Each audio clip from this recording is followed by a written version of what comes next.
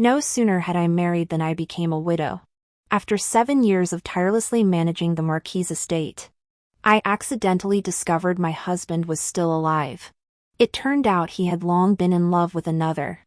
To avenge his family forcing him into marriage, he faked his death to escape and build a new love nest. The Marquis' household knew the truth but kept it hidden, preventing me from remarrying while continuing to enjoy luxury and wealth with my dowry. Upon uncovering the truth, I was fully awakened. Faking his death. Huh? I set him ablaze until he was unrecognizable, then dragged him back to the Marquis' estate.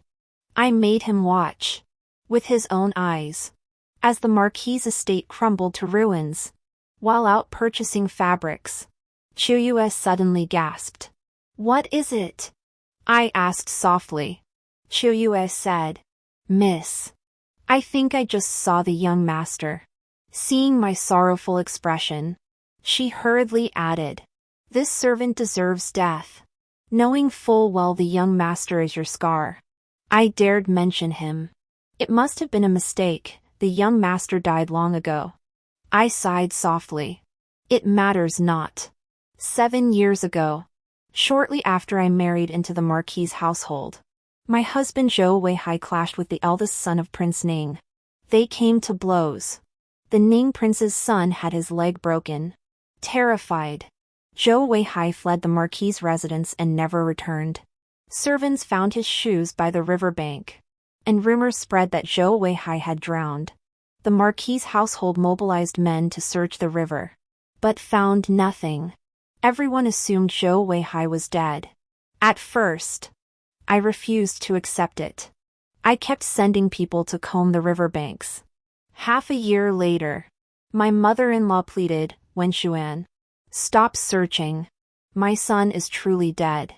Continuing this way only makes our Marquis a laughingstock." Her voice broke into sobs. Fearing her grief, I withdrew the search party.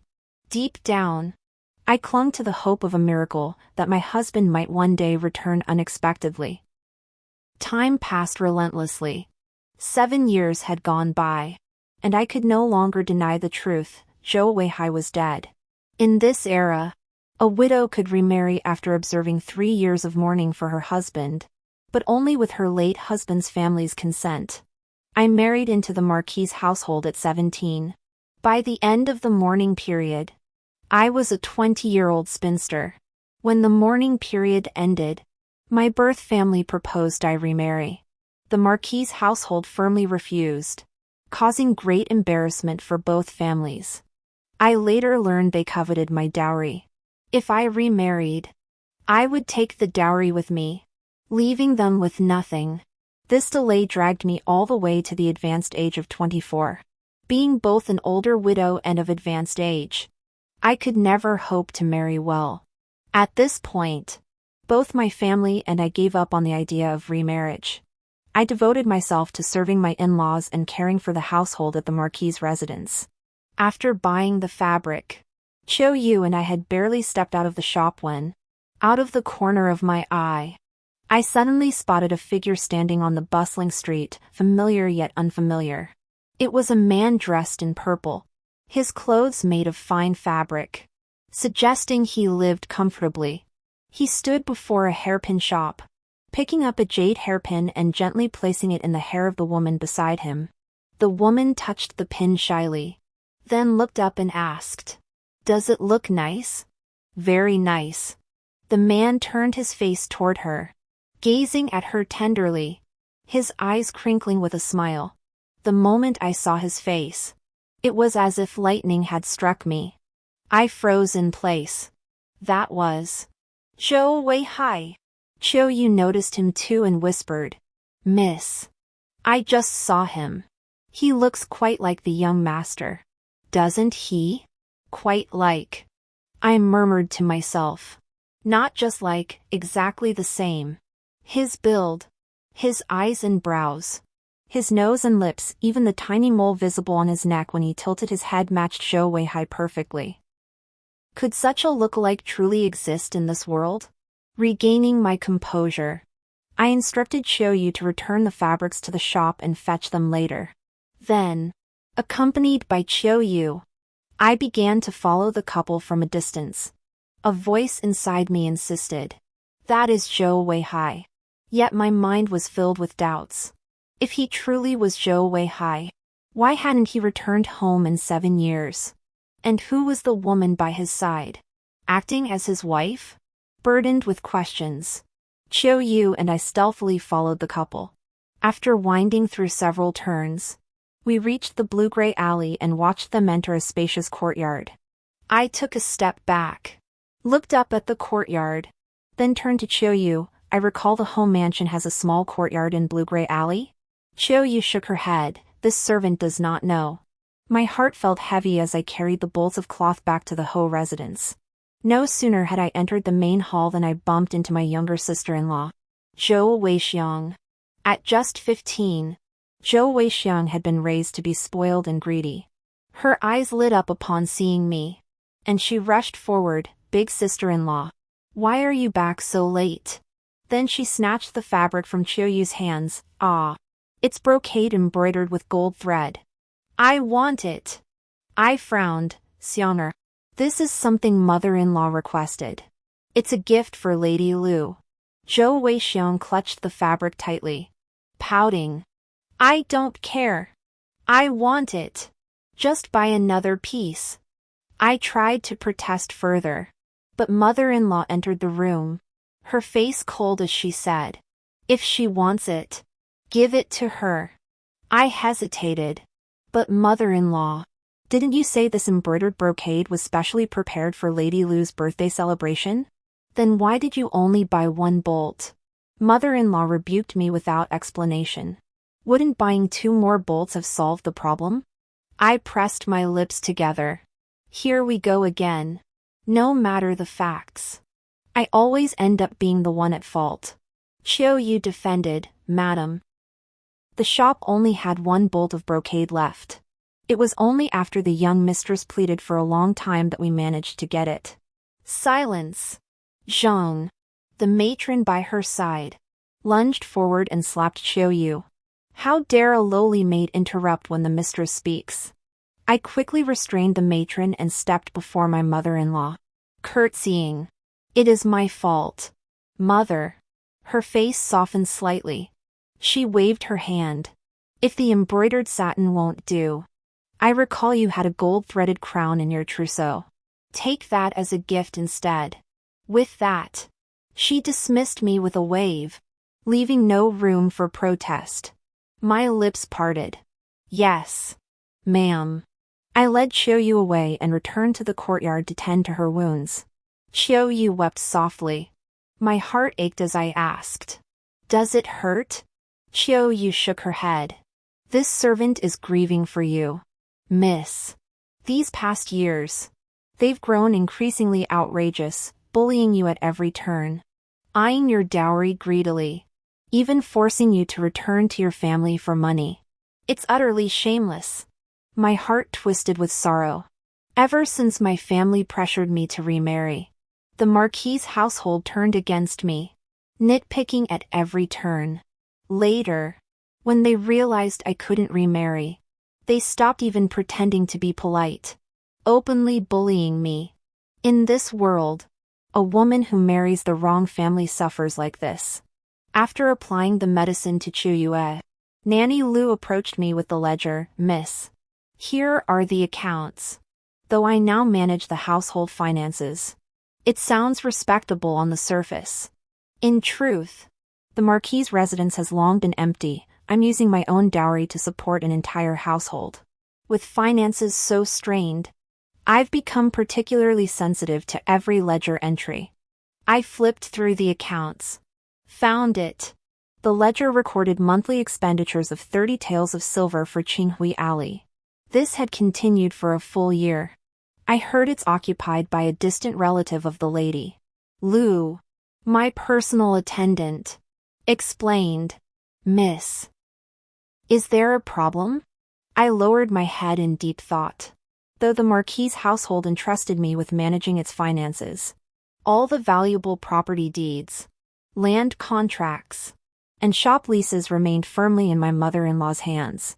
With my sharp memory, I recalled glimpsing the deed for Ashgrave Alley when reviewing property records. But my mother-in-law snatched it away after just one glance. A man bearing Zhou Weihai's exact likeness, residing in a courtyard resembling the Marquis' estate, spending 30 taels of silver monthly. I refuse to believe such coincidences exist. I lifted my head. Nanny Lu, I have a favor to ask.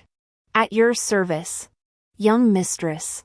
I instructed Lu Ma to have outsiders monitor the Qinghui Alley area, with Qiu Yue guiding them. Lu Ma took her leave. Afterward, I continued living without a trace, everything proceeding as usual. 3 nights later, Lu Ma hurried into the room and whispered, "Miss, the Marquis' wife visited the courtyard in Qinghui Alley today."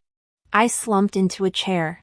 Mother-in-law going to Qinghui Alley proves that man is Zhou Weihai, and she knows he's not dead.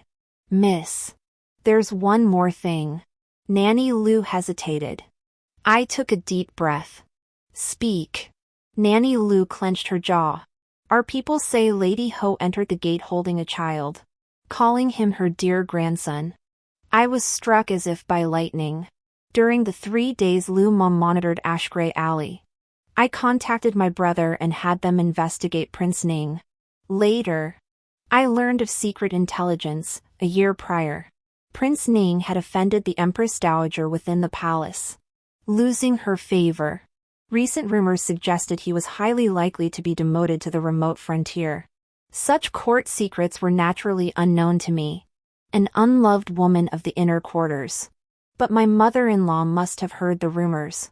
The ledger showed that the expenditures for the Blue-Gray Alley had also begun to be recorded openly a year ago. Piecing together all the clues, I deduced.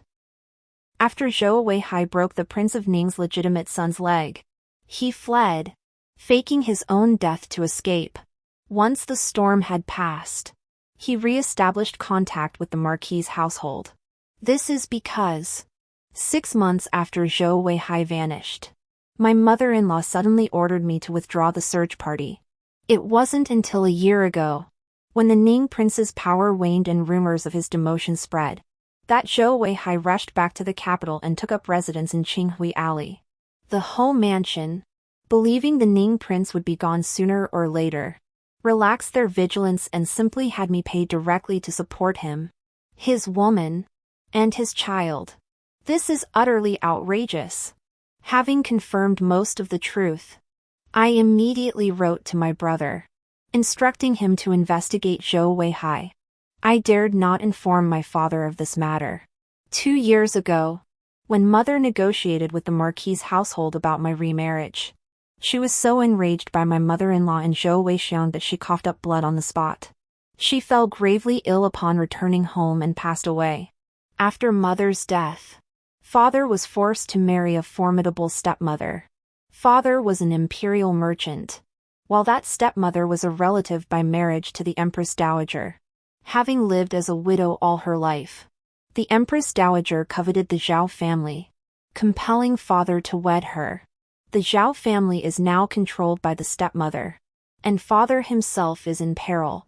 This is one reason why the Ho family has bullied and humiliated me, and I could only endure it silently. Fortunately, brother has already moved out to manage the business and can lend a hand. After receiving my letter, brother sent someone to investigate the people in the courtyard on Qinghui Alley. The report came back quickly. Wen Xuan, as you suspected, the people living there came to the capital from Yongqing a year ago. 4 people reside in the courtyard: Zhou Weihai, a woman named Han Xiaolian, who present themselves as husband and wife with a 7-year-old son, and an old woman named Tang. That Tang matron comes from your mother-in-law's family. The Tangs, and once served your mother-in-law. After Prince Ning's offense a year ago, they secretly returned to the capital. It seems they'll come back officially once Prince Ning leaves the city. After meeting with my brother and returning to the Marquis' residence, I could hold on no longer and collapsed onto the bed. The Tang family of Yongqing is my mother-in-law's natal family. Zhou Weihai and his family have always lived in Yongqing. My mother-in-law knew the truth all along. Zhou Weihai and Han Xiaolian's son is already 7 years old. Meaning Han Xiaolian was already pregnant before I married into the Marquis' household. They deceived me into marriage. Realizing this, my mind spun dizzyingly. When I came to, it was already the next day. Miss, are you all right? Qiu Yu asked. Her eyes red. I rose dazedly, my voice hoarse. Qiu Yu, how do you think I treated the Marquis' household? Qiu Yu replied. Miss, you gave your heart and soul. You did nothing wrong. I asked blankly. Why did they treat me this way? They knew Zhou Weihai wasn't dead, that he had a woman and a child. Yet they kept it from me and wouldn't let me remarry. All these years, the Marquis' household humiliated me daily, living in luxury off my dowry. They drove my mother to her death with grief. How heartless they are. I wailed uncontrollably. Qiu Yu wept too. A woman follows her husband wherever he goes. Mother always said, only by being virtuous and dutiful can one win her husband's family's favor. That's what mother taught me since childhood. On her deathbed, she urged me, as long as I didn't remarry, I must endure my mother-in-law's cruelty with self-restraint and obedience, for such is the way of the world. I followed her words, gritting my teeth through every hardship in the Marquis' household. Now, I begin to doubt that all my upbringing was wrong. If virtue alone wins a husband's love, why did Zhou Weihai treat me with such cruelty and indifference? Han Xiaolian, no matchmaker. No betrothal gifts. Premarital intimacy, was clearly a woman of no virtue. Yet Zhou Weihai faked his own death to escape and reunite with her. My mother-in-law knew the truth yet arranged for their reunion, deceiving and humiliating me. I restrained myself, upheld propriety, and sacrificed everything, yet gained nothing in return. Upon learning the truth, I couldn't bear it and fell ill for days. During that time, I dreamt constantly, dreams filled with my mother's teachings, the rules from my books, the admonitions of elders, and every detail of my 7 years in the home mansion. Upon waking, I had Qiu Yu retrieve the female admonitions and female virtues and burn them in the stove, watching the bright flames consume the books, reducing them to ashes. Something old and deeply held within me shattered. In its place emerged a new beginning. Soon, Lady Lu's birthday banquet arrived. My mother-in-law took me and my younger sister-in-law, Zhou Weixiang, to attend. Just before entering, she asked me, "Have you prepared the gift?" I replied obediently, "As you instructed. I'll present the gold-threaded crown." She nodded with satisfaction. "You're only useful in these matters." She believed my sole merit was my wealth. The gold-threaded crown was one of the most valuable items in my dowry, crafted from pure gold and worth a fortune. My mother-in-law spoke without hesitation, using my gift to curry favor for the Ho household, seeking prestige and advancement while constantly belittling me. The old me would have swallowed this humiliation. But today, who would suffer the loss remained to be seen. Upon entering the Lu residence, my mother-in-law presented the gift box. Lady Lu had it opened immediately. The assembled noblewomen gasped in astonishment. "It's a gold-threaded crown." The pure gold crown, inlaid with pearls and precious stones, was truly magnificent.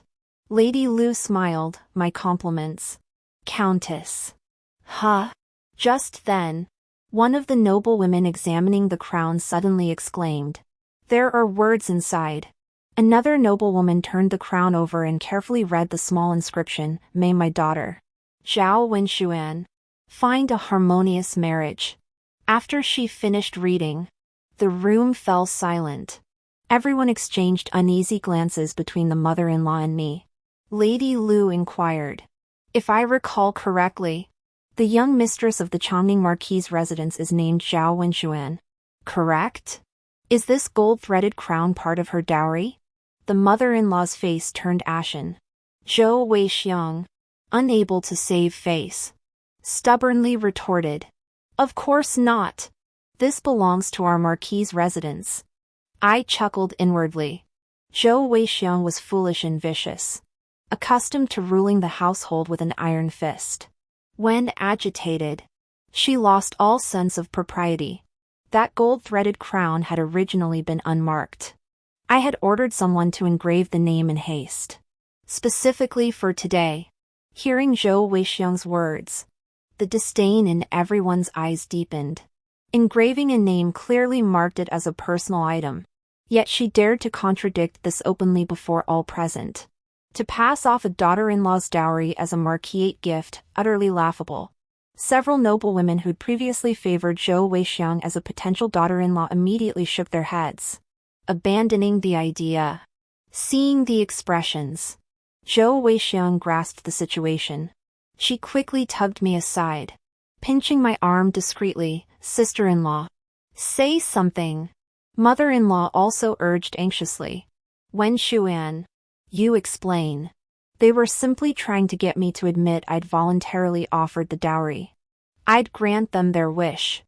I stepped forward and explained.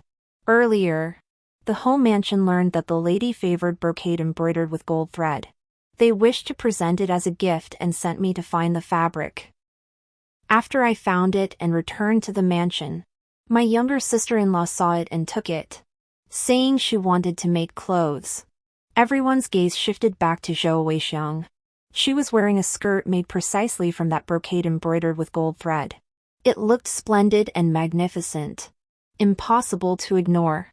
With the fabric gone and time pressing, the marquis's household unwilling to slight the lady, I took it upon myself to offer the gold-threaded crown as a gift. This crown was indeed a special part of my late mother's dowry, given to me to wish me a smooth marriage. Now, I offer it to the lady. My eyes stung slightly as I spoke, offering it willingly while gazing at the crown with lingering reluctance. Anyone watching could see how unwilling I was, how deeply I cherished it. Madame Lu glanced at me, closed the box, and returned it, saying, since it belongs to your late mother, young madam, you should take it back. I would never take what someone cherishes. Mother-in-law's face turned ashen, while Zhou Weixiang screamed in fury, Zhao Wenxuan, you're lying. The crowd frowned once more. For a younger sister-in-law to shout at her elder sister-in-law in front of so many people, even addressing her by name, it was utterly outrageous. If she behaved like this in public, one could only imagine how arrogant she must be at the Ho residence. I froze, cautiously asking, Xiang'er, then, what should I say? Zhou Weixiang stamped her foot in fury. You gave me the embroidered satin of your own accord. The gold-threaded crown was also your own choice. I nodded repeatedly, meekly agreeing, yes. Yes. It was all my own choice. The gazes of those around us grew even more peculiar.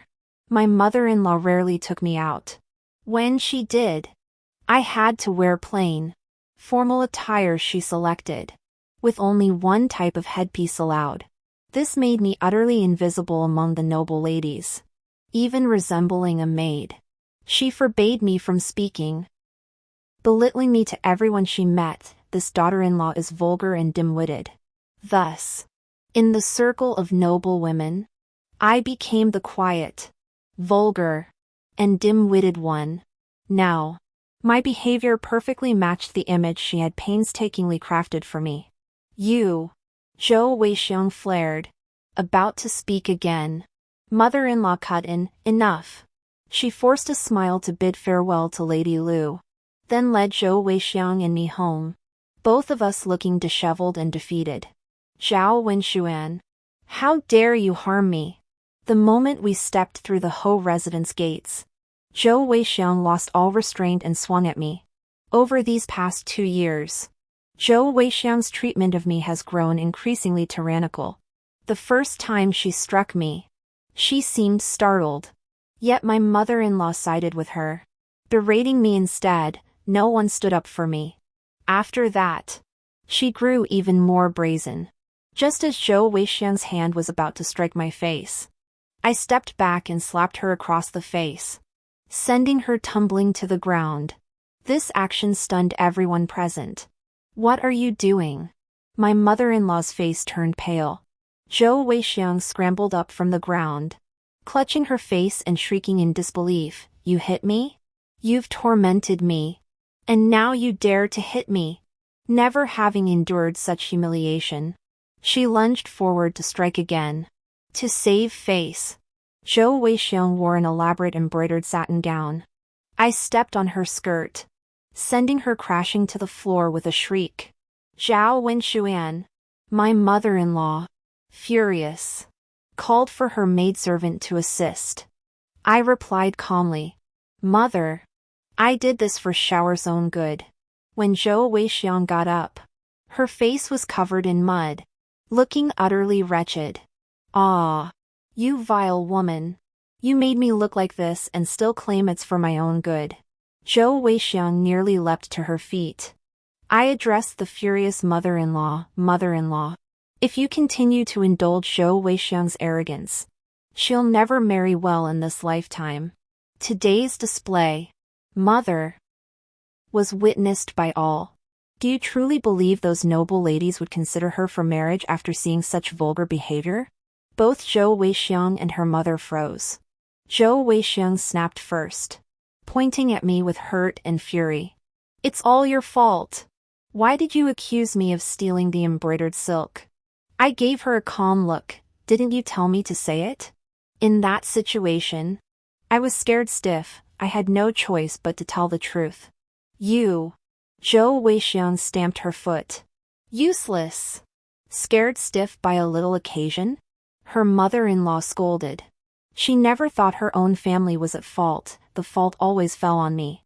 She stormed out, demanding, let me ask you, why were there characters on that gold-threaded crown? I replied, it always had writing. Her nose nearly twisted with fury. If it had writing, why did you present it as a gift? Had the gold-threaded crown been flawless, Xiang'er wouldn't have been humiliated. Lady Lu would have held our whole household in higher esteem. You ruined everything. I protested innocently, mother-in-law. Such a precious item was always kept in its box. Who would have known there were characters inside? You instructed me to present the gold-threaded crown as a gift. So I retrieved it. I had no idea about its contents. Besides, I handed it to you immediately after taking it out. You held it for so long without noticing the characters either. Why blame only the daughter-in-law when trouble arises? Mother-in-law stared at me in disbelief. Well, you dare talk back? Me, if you're dissatisfied. Mother-in-law. Then fine. I'll return to the Lu family immediately and tell Lady Lu it was all my fault, that I failed to remove the note beforehand, bringing shame upon the Ho family. With that, I turned and headed toward the exit of the Ho residence. A group of people rushed to block my path. Even if I returned now to explain and assign blame, it wouldn't salvage the Marquis's reputation, it would only make things worse. After all the commotion, mother-in-law and Zhou Weixiang could only swallow their anger. Returning to Tingyi Courtyard, I felt a sense of relief for the first time. Not adhering to those rules anymore felt truly liberating. Chiu Yu worried, Miss. By offending the Marquis's household like this, won't life become difficult for you in the future? I replied, where was the ease in my constant yielding before? Now, I've nothing to lose. After Lady Lu's birthday banquet, the story of the Changning Marquis's household using a daughter-in-law's dowry to save face spread throughout the aristocratic circles, becoming a laughingstock. And this daughter-in-law happened to be a widow, childless and alone. My dowry was my sole future reliance. Stealing a daughter-in-law's dowry was shameful enough. But to seize the dowry of a childless widow? That wasn't just brazen, it was vicious. Seizing the moment, I had Nanny Lu send word far and wide about how the Marquis's household had always used my dowry to support themselves while mistreating me. Even the incident where Zhou Weixiang beat me at home was made public. The scandal snowballed. Soon, without my prompting, those privy to the truth couldn't resist gossiping and revealing the inner workings. I heard that the young mistress of the Changning Marquis's household was supposed to remarry after her 3-year mourning period. Her family had even requested it from the Marquis's household. But they stubbornly refused to release her. In the end, the young mistress's mother was driven to her death by grief. Now it seems they held her back because they feared she'd take her dowry if remarried, leaving them with nothing to eat or drink. How despicable for the Marquis's household to bully a widow. The young mistress is so pitiful, exploited and mistreated. In an instant, the charming Marquis's household became despised, and the image her mother-in-law had painstakingly cultivated was shattered. Hearing these rumors, the mother-in-law was furious. But the worst was yet to come. Prestige is paramount among aristocratic families. After Zhou Weixiang's arrogant behavior at Lady Lu's birthday banquet and her mistreatment of her sister-in-law within the Marquis's residence, such rumors spread. Families that had previously considered marriage alliances declined the matriarch's invitations, expressing unwillingness to form such ties. Upon learning this, Zhou Weixiang wept in fury. The matriarch, equally enraged, smashed a vase. While I was organizing the household accounts in my room, Zhang, the matron who attended my mother-in-law, stormed in with an urgent message. "Young madam, the lady is gravely ill. She requests your presence to tend to her." I was puzzled. My mother-in-law was robust. How could she suddenly be gravely ill?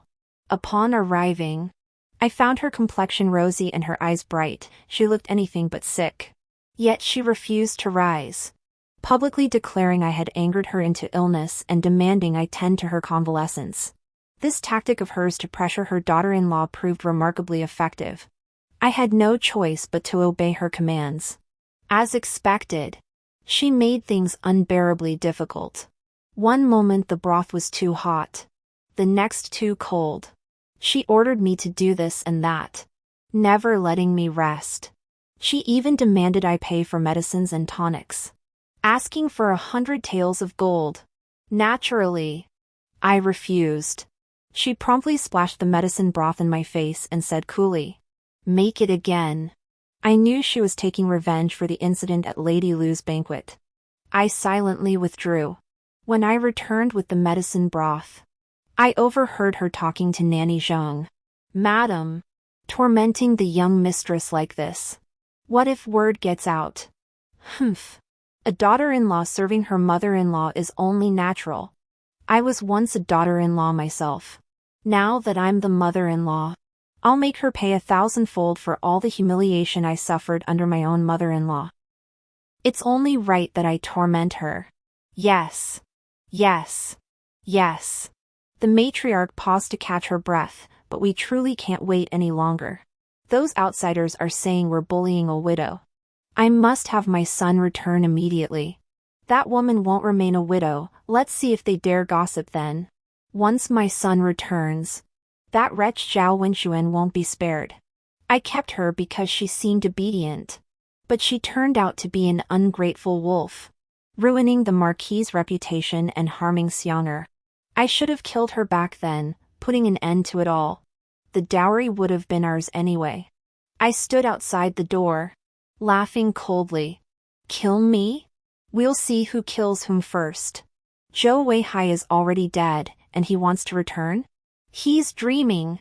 My brother sent word a few days ago. The preparations are nearly complete.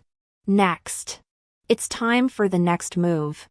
While serving my mother-in-law, I humbled myself, presenting 100 taels of gold. She finally relented, ceasing her torment. At last, I found a moment of respite. That night, disguised, I slipped quietly from the Marquis's estate. At the entrance of the blue-gray alley, I met my brother, who had come to guide me. "Little sister, are you truly determined to proceed?" He hesitated. I replied, "No poison, no man. They harmed me first. Don't blame me for being ruthless." My brother nodded, summoning an old woman to knock on the courtyard gate.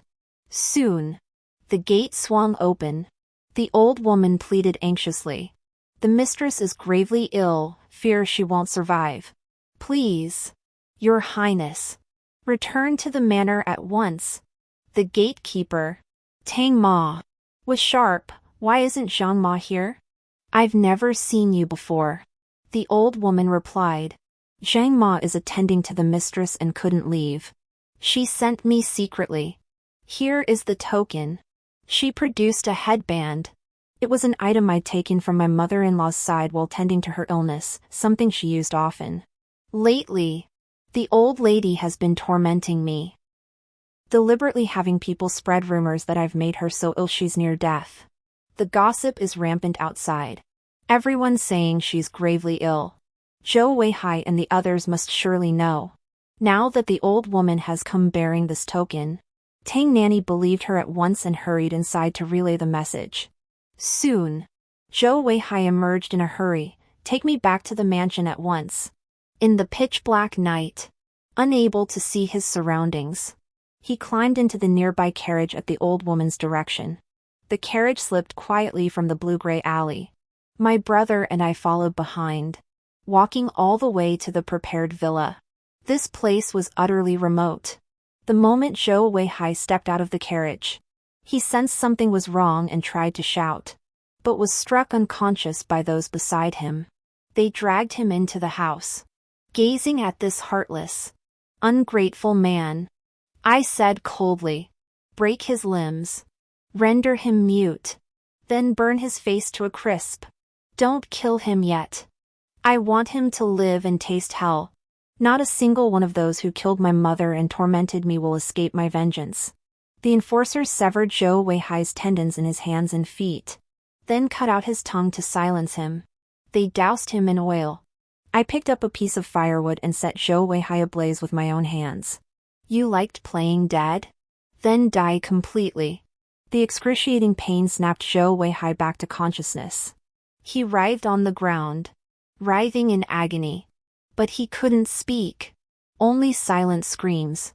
When the burning was nearly done, I ordered water to be poured on him to save him. He finally saw my face clearly, terror flashing in his eyes. I crouched beside him and laughed. Husband, long time no see. Did you miss me? He shook his head frantically. Not at all. I said coldly. But I've missed you terribly these past 7 years. Rising to my feet, I kicked him once and ordered, treat him minimally, then dump him at the Marquisite's gate.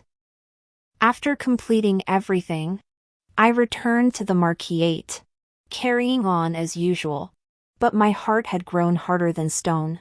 Mother-in-law's illness miraculously improved upon receiving the invitation, allowing her to rise from bed. Everyone had been avoiding her lately. With such a rare invitation, how could she miss the chance to change their impression? She stopped pretending. Zhou Weixiang naturally had to attend as well. This time, my mother-in-law didn't take me along, fearing I'd speak out of turn and tarnish her reputation again. As we reached the Marquisite's gate, she coldly ordered, "You're beneath the threshold. Stay behind to guard the house." I respectfully replied, "Yes." Just then, a shadowy figure crawled laboriously toward the entrance, covered in filthy black grime. Its original features were utterly unrecognizable. What beggar is this? Zhou Weixiang frowned, stepping aside. The beggar persisted, mouth agape, uttering incoherent cries as it crawled toward her and her mother-in-law. As it neared her foot, Zhou Weixiang shrieked and kicked the beggar away forcefully. "Don't touch me." Her mother-in-law coldly added, "Get rid of him immediately."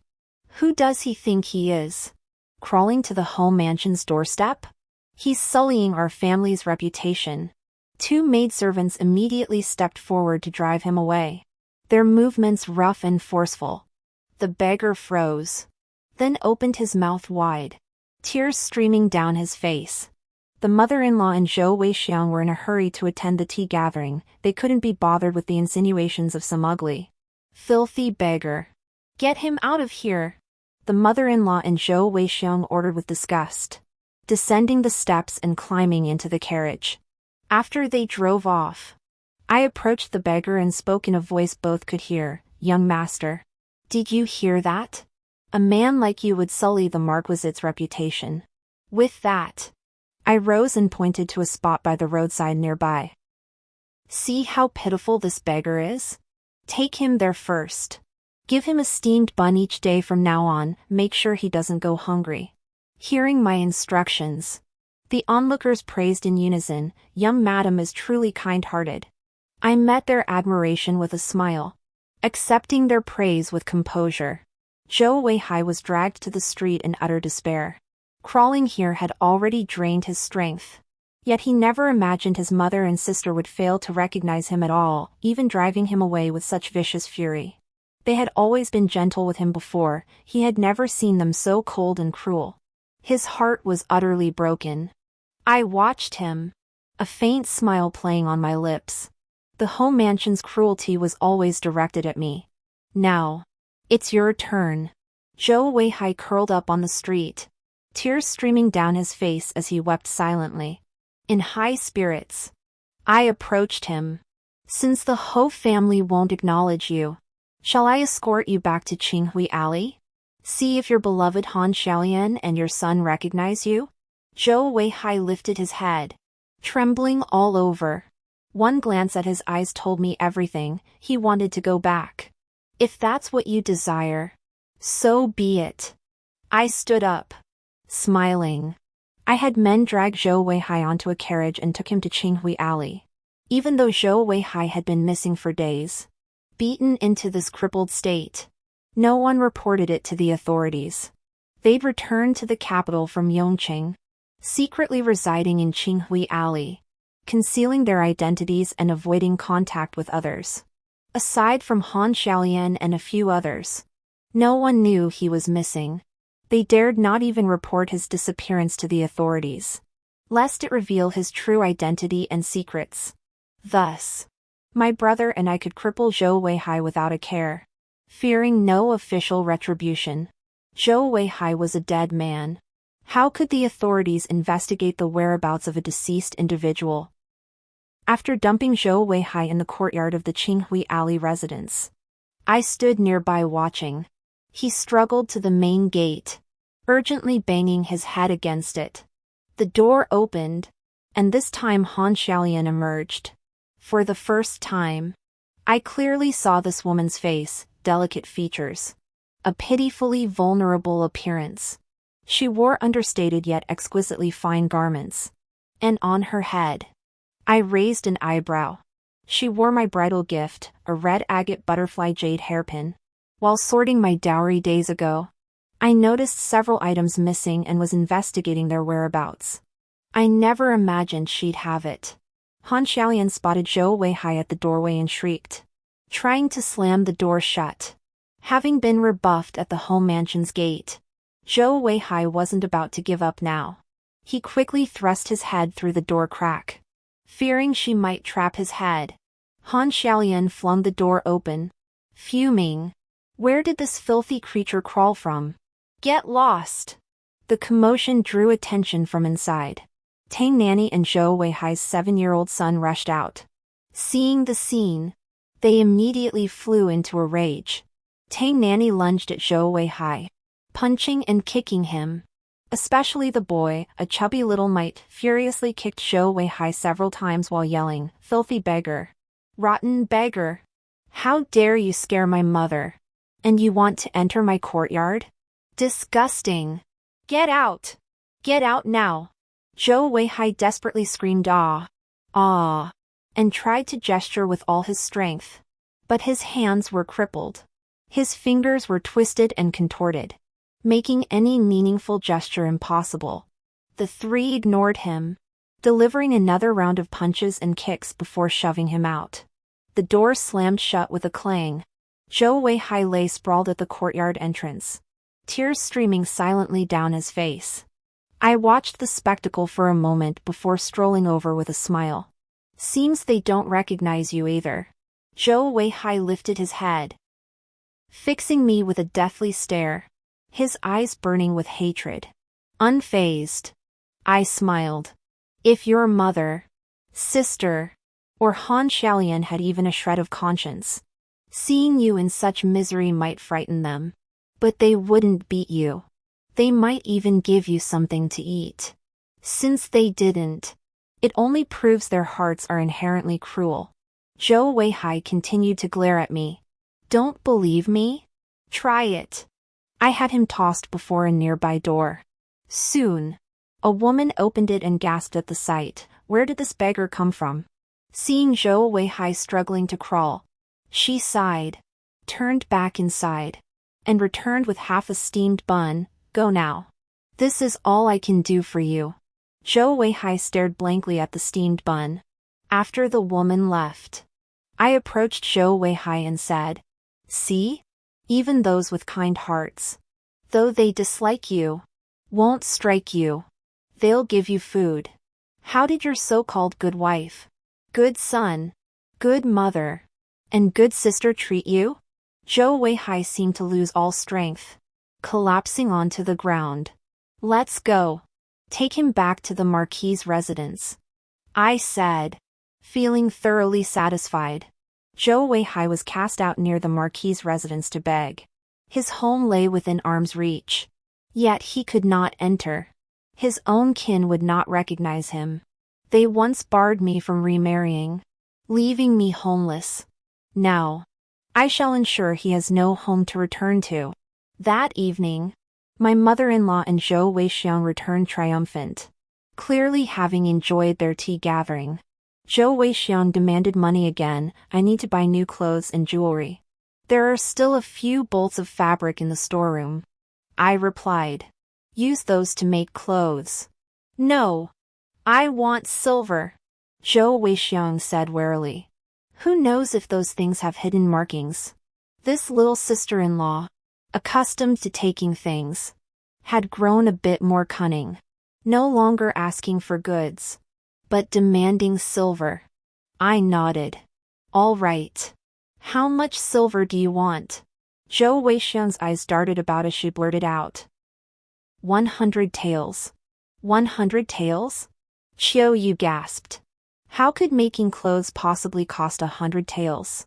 Zhou Weixiang's face fell. A lowly maid dares to talk back? Do you want another beating? She turned to me. Soon I'll attend the Chunxin banquet. I hear princes and princesses will be there. My dress must be splendid. Sister-in-law, you won't ignore such an important matter, will you? I nodded.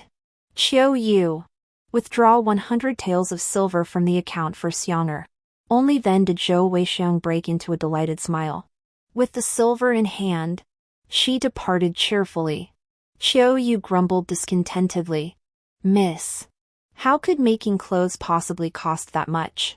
She's clearly siphoning your money to fill her own little nest egg. And last time, Lady Ho actually demanded 100 taels of gold for tonics. It's getting more and more outrageous. At this rate, your dowry won't last 2 years. It matters not, I replied calmly. If she takes my money, she must pay the price. The next day, Nanny Lu returned with a grave expression. Young mistress, the winds have shifted outside. What happened? I asked. Nanny Lu said. Yesterday, Lady Ho and second young Miss Zhou attended a tea gathering. They spread rumors, exaggerating that you angered Lady Ho into illness. Lady Ho was weeping and sniveling while slandering you, even claiming she was near death and such. They also said you live extravagantly, are incapable of managing household finances, and have squandered all the Ho family's money. To compensate, you deliberately proposed giving the golden threaded crown as a birthday gift to Lady Lu, only to intentionally tarnish the Ho family's reputation at the banquet. I set down the ledger. Would outsiders believe that? Madame Ho put on an act of recovering from a serious illness. Many witnessed it. The golden crown incident remains disputed, but everyone believes you angered her into illness. They've gone too far. Qiu Yu fumed indignantly. In this world, filial piety crushes people. That old hag is stingy and vicious. She eats my food, drinks my wine, uses my things, and has swindled me out of so much silver. She even plans to kill me once Zhou Weihai returns. I won't be polite anymore. I told Nanny Lu, take the money and summon every renowned physician in the capital. Bring as many as you can. Especially Dr. Chen from Huichen Hall, he must be invited. Yes. Miss. Nanny Lu hurried off, making a grand show of summoning the best physicians to treat her mistress. I also had my brother spread rumors everywhere. Wouldn't you say it's strange that the Marquis's wife fell ill precisely after Lady Lu discovered she'd used her daughter-in-law's dowry as gifts for the Marquis's household? While other families keep their shame within, the Marquis's wife constantly goes out of her way to disparage her daughter-in-law, practically begging the whole world to know how unfilial she is. Don't you think they must have a grudge? Of course they're enemies. Back when Miss Zhao first married in, she became a widow. She dutifully observed 3 years of mourning, then asked to remarry. The Ho family refused to release her, causing a huge scandal between the two households. The lady of the Zhao family was so enraged she died. No wonder. One can only imagine how Lady Ho must have tormented young Lady Zhao. After all that maneuvering, public opinion shifted from being one-sided. Having settled the matter, I walked to the main gate and personally handed Zhou Weihai a steamed bun, Your Highness. The Ho mansion will only prosper from here on. He glared at me viciously and flung the bun away. Other beggars swarmed forward and snatched it up. I chuckled, if you won't eat it, then starve. Just then, Matron Lu returned with a procession of physicians. I stepped forward and ushered over a dozen doctors through the main gate. My mother-in-law has been gravely ill lately. The household physician has been of no use. I humbly request your assistance in examining her. Rest assured, Madam, we shall do our utmost. With ample payment offered, they naturally agreed to give their full effort. Thus, I led the large group to my mother-in-law's courtyard. Mother-in-law sat propped up on her couch sipping tea. Seeing the large group enter, she was startled. Zhao Wenshuan, what do you think you're doing? I stepped forward. Mother-in-law, please rest assured. These are all renowned physicians from the capital, here to treat your illness. Then I instructed the physicians. Quickly, examine mother-in-law. Mother-in-law flustered. I have my own physician. I don't need other doctors. I replied. Mother, your condition hasn't improved. Rumors are spreading throughout the capital that my qi has afflicted you, and you're near death. This proves the household physician is useless and cannot cure you. Your daughter-in-law has sought out the most renowned physicians to examine you. Mother, would you rather die than seek treatment? Why? The gazes of those present turned peculiar. Mother's face alternated between pale and flushed. My time is limited, I must attend to the noble lady shortly. I'll begin first. Dr. Chen of Huichen Hall, eccentric and unbending in character, stepped forward to take her pulse. Get away! Mother-in-law dodged swiftly. Why? Dr. Chen frowned. I don't need your treatment. That won't do. I've already received the deposit. I must examine you before leaving. The mother-in-law's face twisted with fury. This Dr. Chen was utterly inflexible.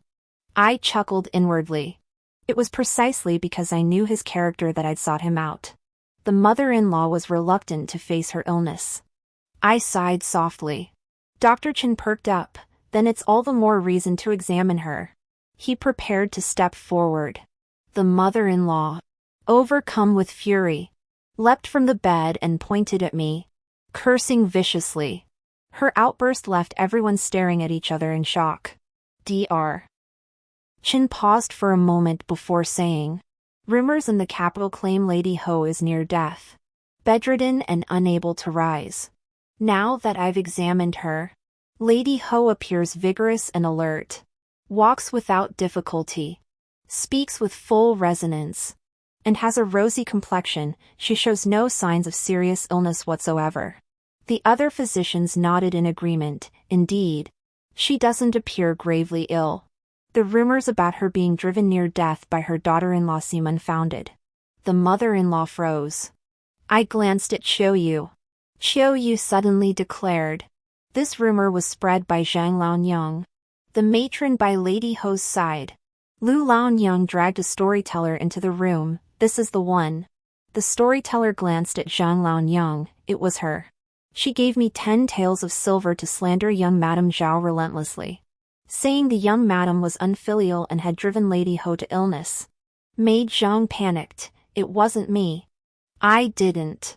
At that moment, everyone realized I hadn't invited them today for medical treatment, but to witness a spectacle. Nonsense. Mother-in-law's face flushed crimson with fury. Mother-in-law, are you truly ill? With so many doctors here, just let them examine you. If you refuse, it only proves you have something to hide, I declared. Zhao Wenxuan. Mother-in-law glared at me viciously, as if she wanted to devour me. Do you dare let the doctors examine you? I managed to ask, under everyone's watchful eyes. Mother-in-law's face flushed crimson. Fine. I'll let them examine me. I am ill. I often feel dizzy. Judging by her expression, she looked as if she wished she could drop dead right then and there. Dr. Chen stepped forward first to take her pulse. Moments later, he withdrew his hand and said, Madame Ho is currently in good health, though her liver-young hyperactivity is somewhat severe. Before he could finish, the mother-in-law immediately blurted out, Yes. Yes. I am ill.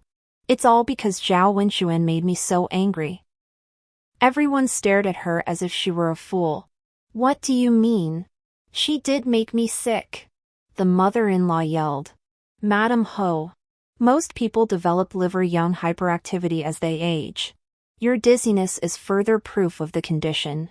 This is a chronic illness that progresses slowly, taking over 10 years to manifest symptoms. The young mistress only upset you a few days ago. How could you suddenly fall ill? Dr. Chen said your liver-young hyperactivity is already severe. I advise you to stay calm and composed. Avoid overthinking. And certainly don't get angry often.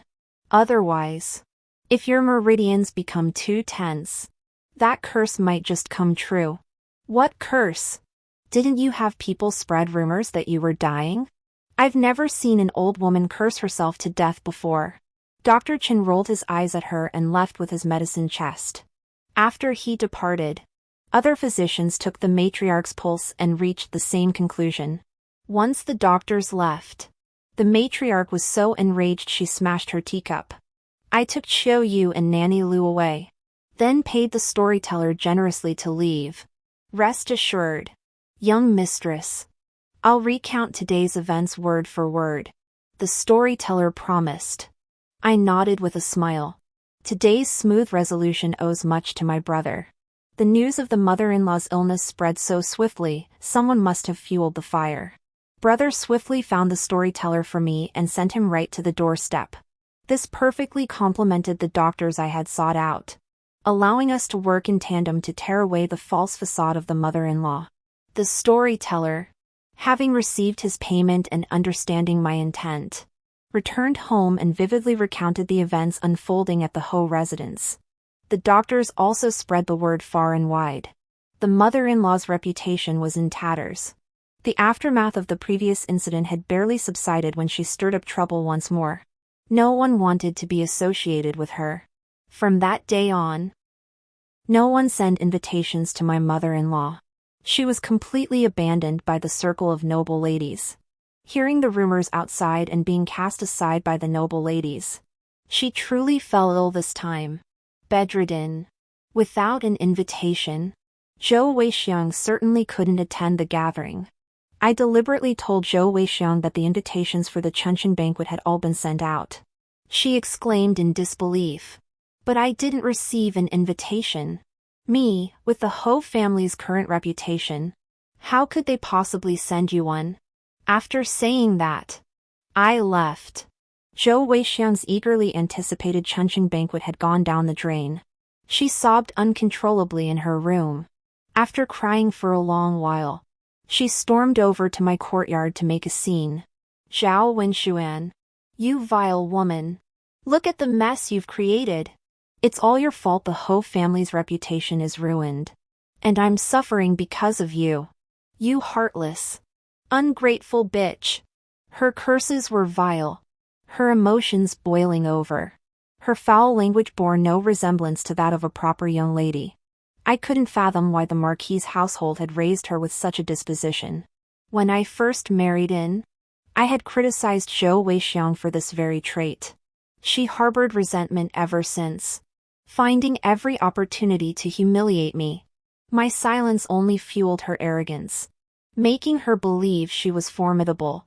Little did she know that while such behavior might pass at home, it only made people despise her outside.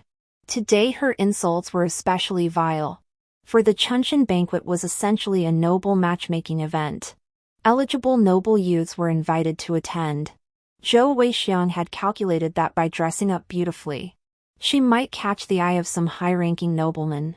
With his favor, she could rise to prominence. She had prepared for so long, hoping to make a splash at the Chunshan banquet. Now her dreams were shattered. Zhou Weixiang cursed with relish, unaware that a certain lady resided in my courtyard. This lady was renowned throughout the capital for her matchmaking prowess. I had specially invited her to the Marquis's residence with lavish gifts, primarily to discuss Zhou Weixiang's marriage prospects. I wanted her to hear firsthand how Zhou Weixiang had cursed me. The lady was utterly shocked. Young madam. This. I forced a smile. She was merely overcome in the heat of the moment. A woman like this, if I told others, they'd hate me to death. Madam, I cannot serve as your matchmaker. The lady rose. I must warn others immediately, never marry such a woman. I feigned protest, but she insisted on leaving. After she left, I dropped the act and turned back toward the courtyard. I'd warned her, take my money, and there'd be a price to pay. Matchmakers spread news fast. Zhou Weixiang had already embarrassed herself at Lady Lu's banquet. Now, with the matchmaker loudly publicizing her foul language and disrespect toward elders, she'd never step foot in a prestigious household again. I deliberately let my mother-in-law hear about Zhou Weixiang being rejected by the matchmaker. Her liver young surged, and the rage overwhelmed her heart. She collapsed instantly, waking with signs of a stroke. Half her body was paralyzed, even sitting up proved difficult. As her daughter-in-law, I naturally tended to her illness. My mother-in-law's mind remained sharp. Lying in bed, she hurled curses at me, accusing me of ruining Zhou Weixiang. After she finished, I calmly said, I generously paid a matchmaker to arrange Zhou Weixiang's marriage. How dare you blame me? What marriage did you arrange? The second son of the Ministry of Rights vice minister was practically settled. Zhou Weixiang ran outside my courtyard screaming insults, scaring the matchmaker away. She ruined everything herself. Mother-in-law paused, then continued her tirade. Why did you arrange the matchmaker visit when Xiang'er was already upset? Why couldn't you have waited? A cold laugh rose in my chest. This was Lady Ho, always shielding her family, doting on her children, shifting every fault onto others. Xiaoxiang got angry. That's all your fault, mother-in-law. I said, if you hadn't deliberately feigned illness to harm me, causing such a stir that Xiaoxiang never received the invitation to the Chunshan banquet, she wouldn't have lost her temper. Had she not lost her temper, she wouldn't have yelled, and the matchmaker wouldn't have overheard, ruining the marriage. Everything is your fault, mother-in-law. You're the one who ruined her. The mother-in-law slammed the bed in fury. If not for you, how could things have turned out this way? Me, mother-in-law? Are you implying I'm only allowed to expose your schemes when you're slandering my reputation elsewhere? Seeing you so full of life is truly heartening. Not angry enough? Then let's add some potent medicine to further inflame your liver young. I had someone drag Zhou Weihai from outside the gate and toss him into my mother-in-law's room. Mother, if you're angry, take it out on him. He owes the Ho family a debt of gratitude. I'm sure he'll be happy to serve you, I said with a smile. Zhou Weihai glanced at me, then at my mother-in-law, terror flashing in his eyes. He opened his mouth, only to utter a series of muffled cries. I walked out. Come back with me, Zhao Wenshuan. Return this instant. Mother-in-law raged again. Now I needn't pretend to tend her illness. After all, the charade had already played out. Even if she spread rumors of my disobedience and neglect, no one would believe her. She brought this upon herself. Ignoring mother-in-law, she predictably vented her fury on Zhou Weihai inside the room. You filthy beggar!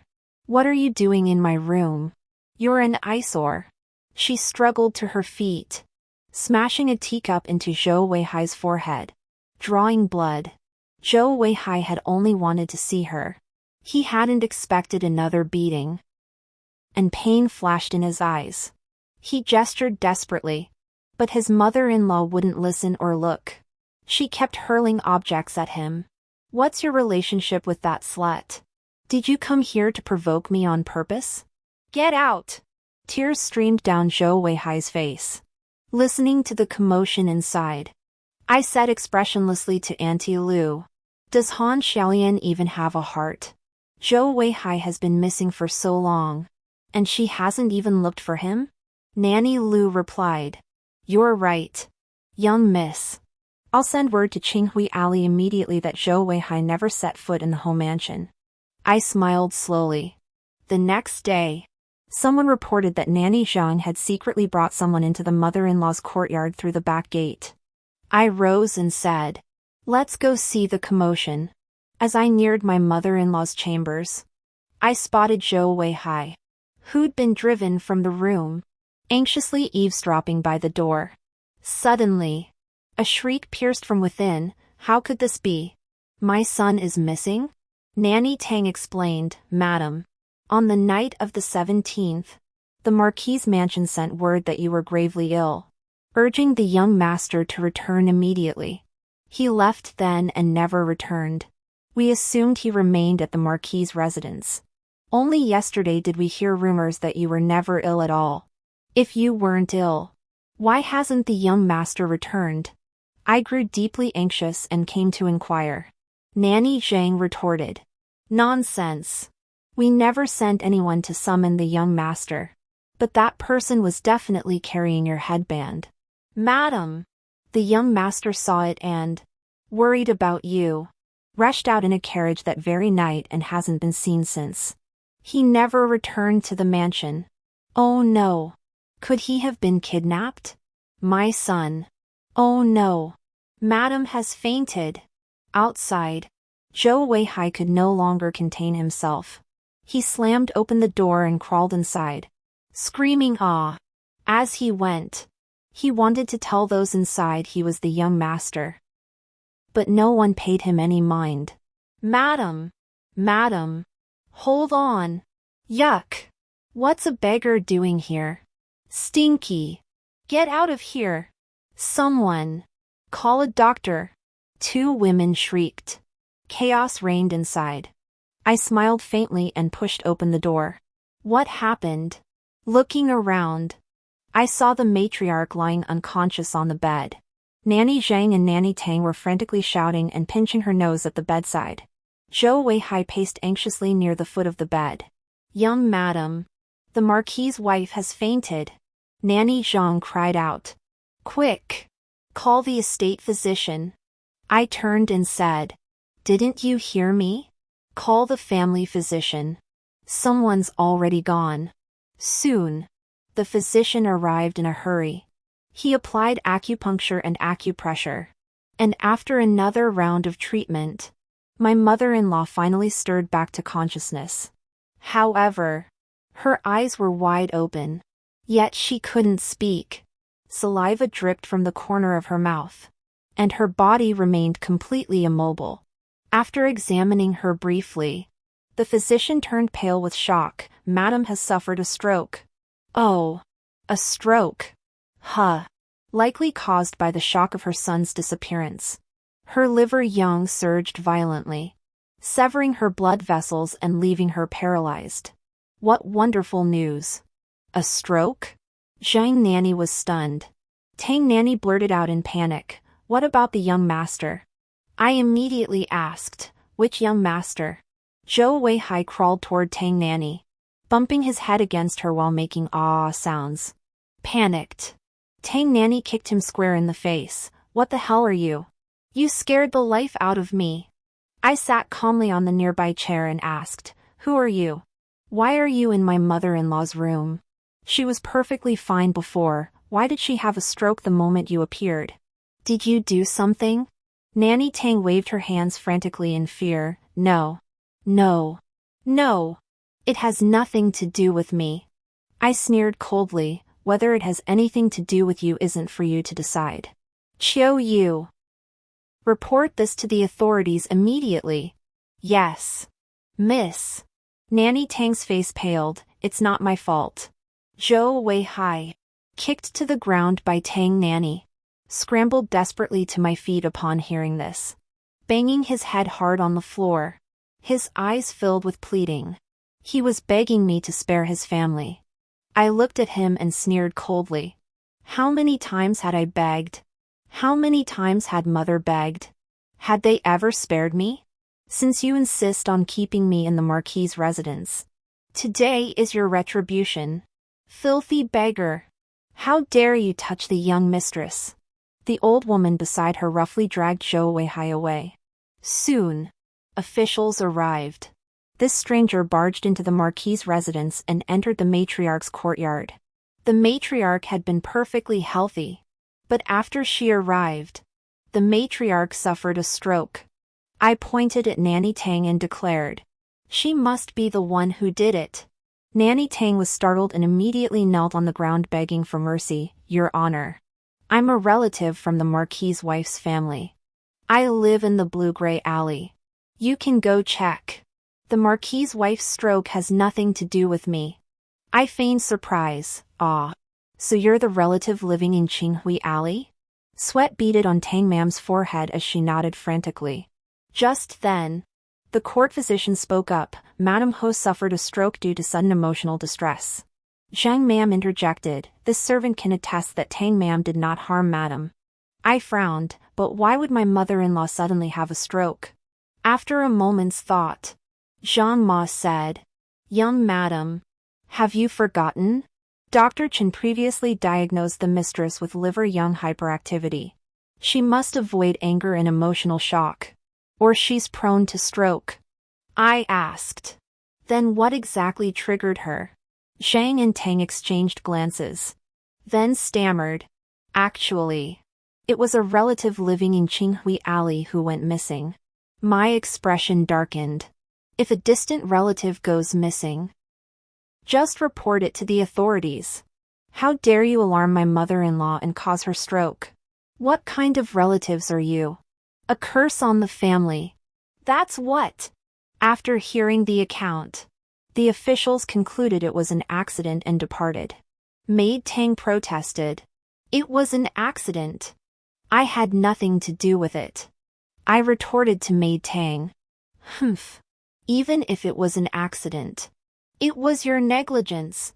Our home mansion feeds and clothes you, yet you repay kindness with betrayal and harm my mother-in-law. Go to Qinghui Alley immediately and drive those so-called relatives out." From the bed, my mother-in-law let out muffled cries, her face twisted with agony. Beside her, Zhou Weihai was frantically kowtowing. I glanced at Zhou Weihai, then walked to my mother-in-law's bedside. Smiling, I said, "Mother, rest assured, I will avenge you. I'll drive every last one of those shameless relatives from Qinghui Alley away." My mother-in-law's eyes widened, her gaze fierce, yet she could neither speak nor move. I instructed Nanny Zhang, "Take good care of mother-in-law. She trusts you most. If anything else happens, don't blame me for being ruthless." Aunt Zhang hastily agreed, anxiously staying by her side. I rose, taking Aunt Tang and a group of servants with me to Qinghui Alley. Our procession arrived at the courtyard gate. After knocking, Han Xiaolian soon opened the door, looking at the crowd in confusion. "Who are you? What do you want?" At that moment, Qiu pointed at the jade hairpin on her head. "Isn't this the missing dowry piece from the young mistress? How did it end up on your head?" "Thief!" Nanny Lu immediately stepped forward. "You wretched little slut. You harmed Lady Ho. And now you dare steal the young mistress's dowry." With that, she grabbed Han Xiaolian's hair and forcibly yanked the jade hairpin from her head. Aunt Tang stood pale-faced, unable to speak. Han Xiaolian screamed in fury. "You bandits! I'll report you." I stepped forward and said, "Very well. Then report it to the authorities." Lu Ma said, "Search her. See if she stole anything else." The servants swarmed into the courtyard, rummaging everywhere, and turned up many of my ornaments. These were all items my mother-in-law had secretly intended for me, only to give them to Han Xiaolian instead. How ridiculous! "Get out of my room!" Zhou Weihai's 7-year-old son burst out, punching and kicking at the servants before charging toward me. But the servants paid him no mind, simply shoving him to the ground. "Qiliang!" Han Xiaolian rushed to embrace the child. The boy wailed loudly. Han Xiaolian screamed, "How dare you break into my home to steal things and hurt my child? The Marquis' household won't let you get away with this." I stepped before her, fixing her with a cold stare. Qiu retorted, "You dare mention the Marquis' residence? This is the young mistress of the Marquis' residence. This courtyard belongs to us. Your food and clothing are paid for with our young mistress's money." Han Xiaolian froze. "Leave," I said flatly. "This place belongs to the Marquis' residence. We're reclaiming it. From now on, the Marquis' residence has no connection to you. Don't come bother us again." I felt nothing for Han Xiaolian. In this world, most women have little control over their own lives. I didn't truly hate her. Without Zhou Weihai, Han Xiaolian alone could never have stirred up such trouble. I wouldn't even go so far as to eliminate that child. But my possessions must be reclaimed. Han Xiaolian snapped her head up. "You can't drive us away." "Why?" I arched an eyebrow, surveying the chaotic mess around her. Han Xiaolian gritted her teeth. "I am the young master's woman. This child is the young master's child. You knew that, didn't you? That's why you brought people to smash this place." The crowd fell silent, then erupted in laughter. "What nonsense are you spouting?" I exclaimed. "The young master died 7 years ago. We came today because your nanny caused the mother-in-law to have a stroke. That's why we're evicting you." Han Xiaolian panicked instantly and turned to look at Nanny Tang. Nanny Tang's face was anxious. "Miss Han, the young master went missing. I went to report it to the Marquise, and she was so enraged she had a stroke." "Utter nonsense," Lu Laonyang sneered. "The young master died long ago. You lot are just trying to cling to this place by spouting such absurdities." "How laughable! Guards, throw them out." She ordered the guards to push Han Xiaolian out the door. Han Xiaolian cried out in desperation, "I truly am the young master's woman. This child is his too." Qiu stepped forward. "You keep mentioning the young master. Where is he? Have him come out and testify." Han Xiaolian replied, "The young master is missing." The crowd burst into laughter. "What a mad woman! She must be delirious from clinging to the Ho family. Probably living off their generosity and enjoying such fine accommodations. She's developed ulterior motives." The crowd murmured in disbelief. Han Xiaolian's face flushed crimson. Soon, officials arrived once more. "Your Honor," she cried. "These people stole my property. This woman even claims to be the crown prince's mistress and bore him a son." The official roared with laughter. "She must be raving mad. Who doesn't know the crown prince of Chongning Marquis' house died 7 years ago?" Panic seized Han Xiaolian. forgetting all else. She protested. It's all true. The young master isn't dead, he faked his death to escape. Oh, the official inquired. Why would he fake his death? He was perfectly capable of being young master. Han Xiaolian blurted. Because he broke Prince Ning's son's leg. He was afraid. So he faked his death. I asked calmly. But that hardly necessitates faking his death. Had he cowed out an apology back then? The Prince of Ning wouldn't have demanded his life. You're lying. Seeing the disbelief on everyone's faces. Han Xiaolian gritted her teeth and blurted out anxiously. Because he and I loved each other. But my lowly status meant the Marquis's wife wouldn't approve. She forced the young master to marry you. They said it was for your money. The young master, with no other choice, agreed to the marriage. But he wasn't willing to accept it. He wanted revenge. So at the wedding banquet, he deliberately provoked the Ning prince's legitimate son, then feigned death to escape and elope with me. After hearing this, a wave of realization washed over me. So that's how it was. But why? After eloping successfully, did you return 7 years later? I asked.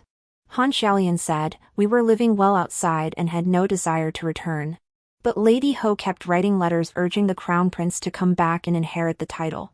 If he didn't return soon, the clan elders would consider letting another family member take the title. Lady Ho was extremely anxious.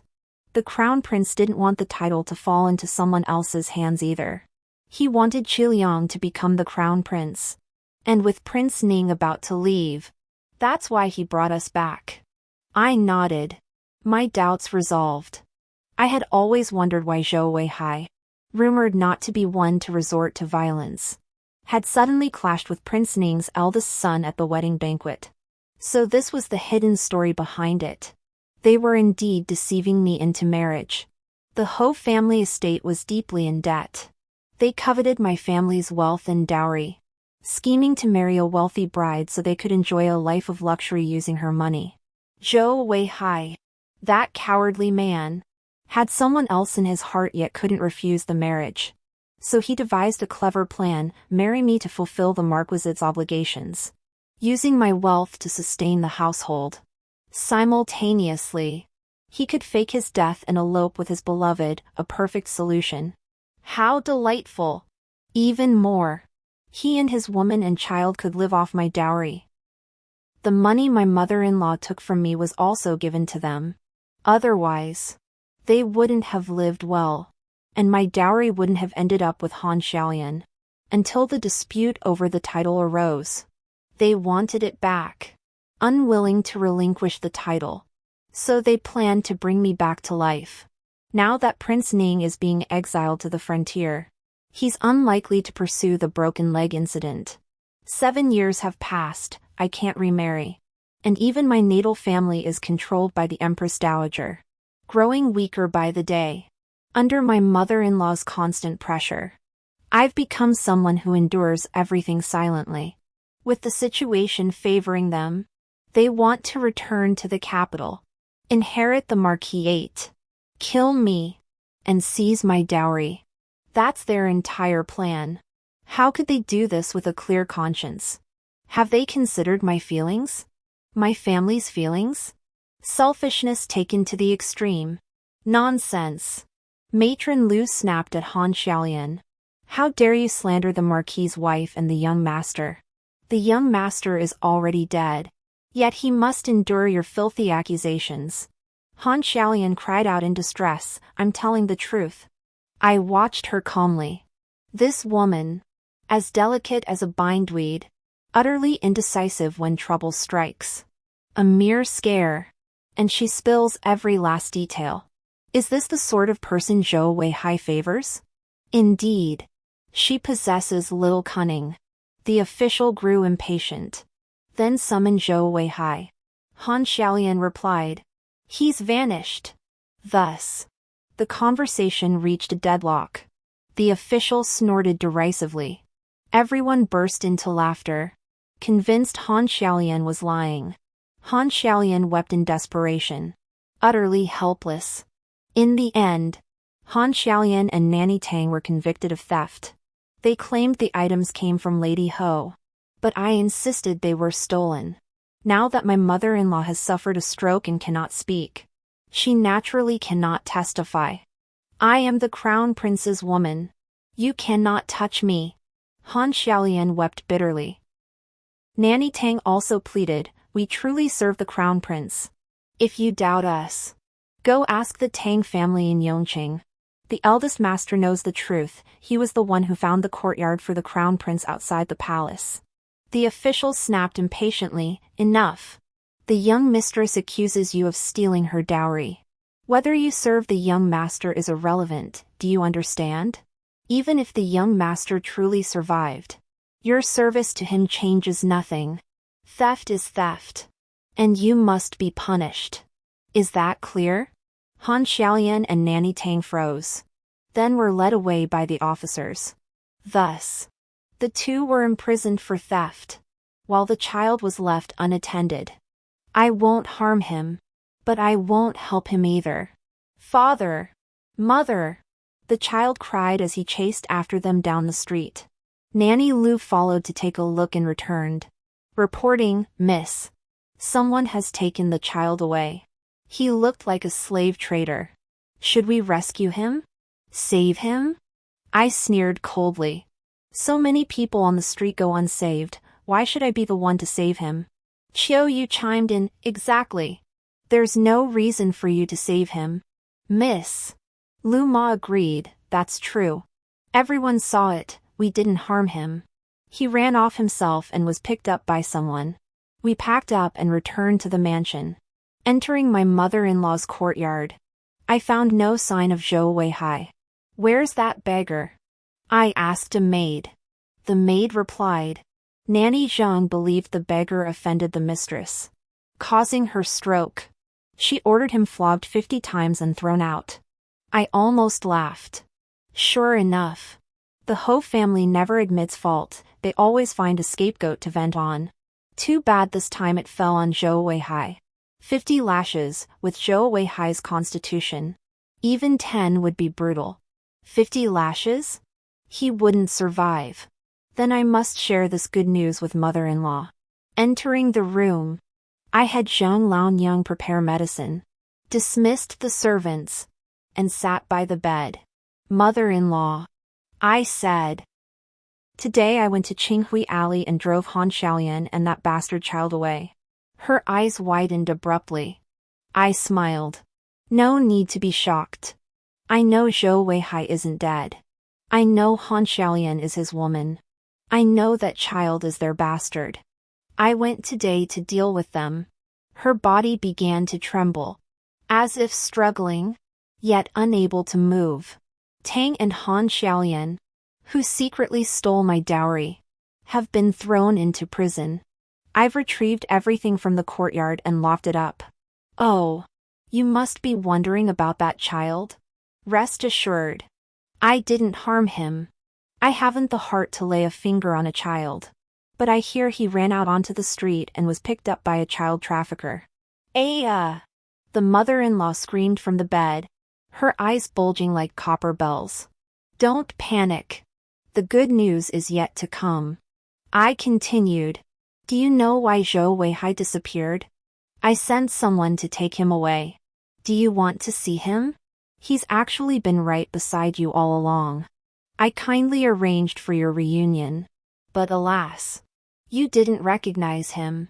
Fear flashed in the old woman's eyes. That's right. That beggar. I whispered softly. He is Zhou Weihai. You and your son have been together all this time. But you failed to recognize him. I heard that after I left. Nanny Zhang took her anger out on him, claiming he had offended you.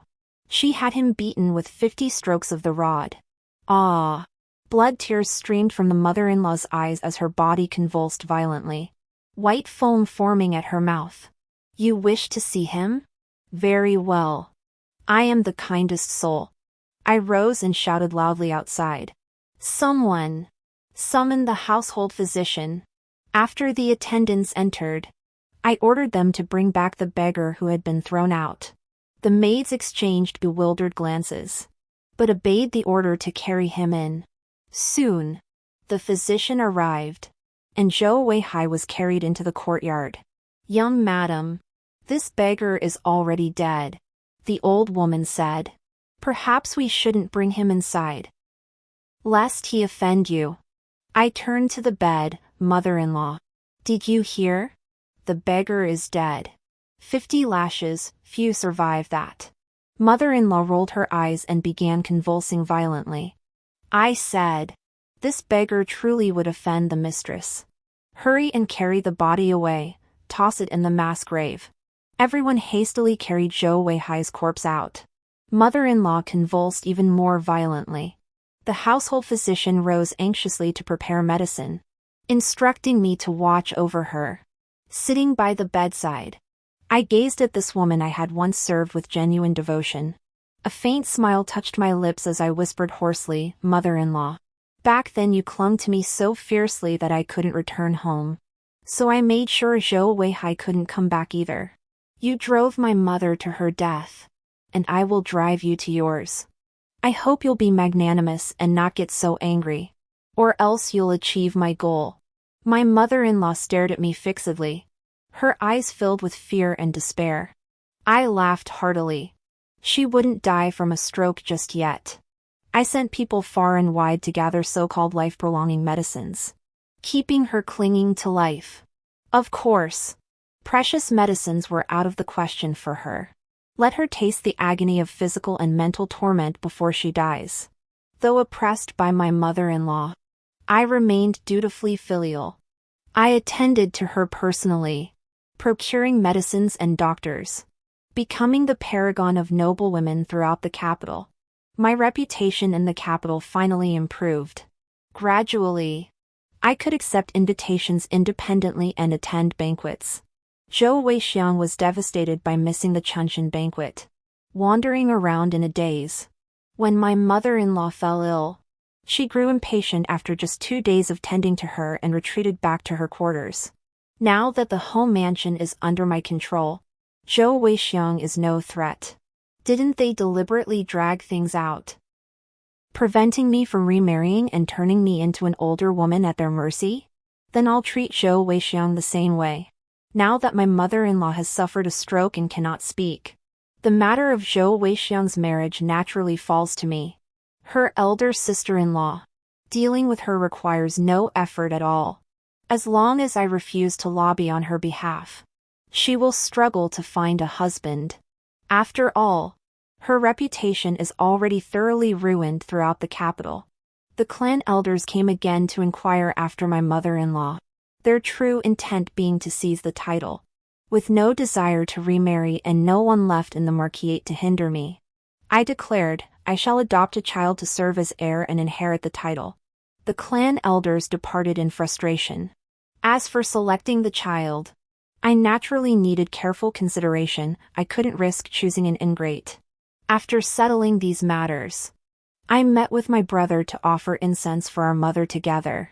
Gazing at the grave, I cried out, "Mother!" 1,000 words dissolved into tears. Returning to the city, "Brother, I will help you seize control of the Zhao family," I declared. He replied, "You needn't concern yourself for now. Once the court situation clarifies, we'll make our plans. That stepmother of the Zhao family is no easy foe, she's the Empress Dowager's woman." My eyes reddened as I said, "If there's anything you need me for, brother, just say the word. Just live well," brother said, patting my head tenderly. "We chose this marriage for you. We've caused you so much suffering." Back at the Marquis's residence, I continued my role as the dutiful daughter-in-law. Zhou Weixiang tried several times to confront me about the marriage, but I ignored her and had her confined to her quarters. If she still couldn't see the situation clearly, it was time to clear her head. After a year of suffering, my mother-in-law finally passed away. I held a funeral, burying her in an empty coffin. Her body was dragged to the mass grave and discarded. Let her roam as a lonely ghost alongside Zhou Weihai. As for Zhou Weixiang, in this world, an unmarried daughter without betrothal may only marry after a 3-year mourning period if her parents die before her. Of course, there's room for leniency, it needn't be so long. But I won't grant her that chance.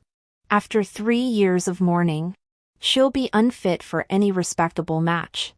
I had her copy sutras in the ancestral hall under the guise of her mother-in-law and Zhou Weihai performing a memorial service for her.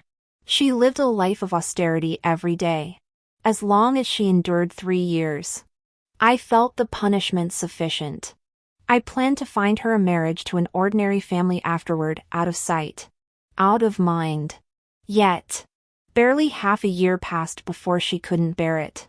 She snuck out of the estate in the dead of night and hooked up with a young master from a prominent family. Since she chose her own path, I turned a blind eye. Soon, the affair came to light. Zhou Weixiang's reputation was already tarnished, and now she'd engaged in an illicit relationship without a matchmaker during her mourning period, utterly disgraceful. That family could never marry her. Instead, they blamed her for seducing their son and ruining their reputation. I felt a bit sorry for Zhou Weixiang. Could she truly have acted alone in such a matter? Alas, this world is harsh on women yet forgiving toward men. Still, Zhou Weixiang should have known the consequences when she eloped. She chose this path herself. In the end, a small sedan chair carried Zhou Weixiang to a high-ranking household. However unwilling she was, she could only become a concubine. As one might imagine, with that family hating her so intensely, her life there would be anything but easy. A man's fleeting affection is but a momentary bloom. Once the novelty wore off, what awaited Zhou Weixiang was hell. I wouldn't kick her while she was down, but I wouldn't intervene either. She brought it all upon herself. After that, I remained at the Ho residence, continuing my life as a widow. But I was free and unfettered. My reputation for filial piety was well known, and no one dared to bully me. Later, I took in the child of a general who had died in battle. This child had suffered greatly. His father had sacrificed his life for the country, yet his uncle had claimed the credit for his achievements. His mother had bled to death, and the child had been secretly abandoned shortly after birth. His mother had once come to my aid during my own hardship. That noble lady was truly admirable, and I remained eternally grateful. We had crossed paths several times, finding common ground in our conversations. Had I not stumbled upon him by chance, the child might have perished.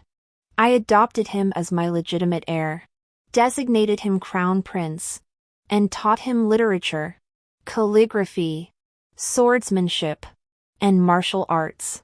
When he comes of age, I shall reveal his origins.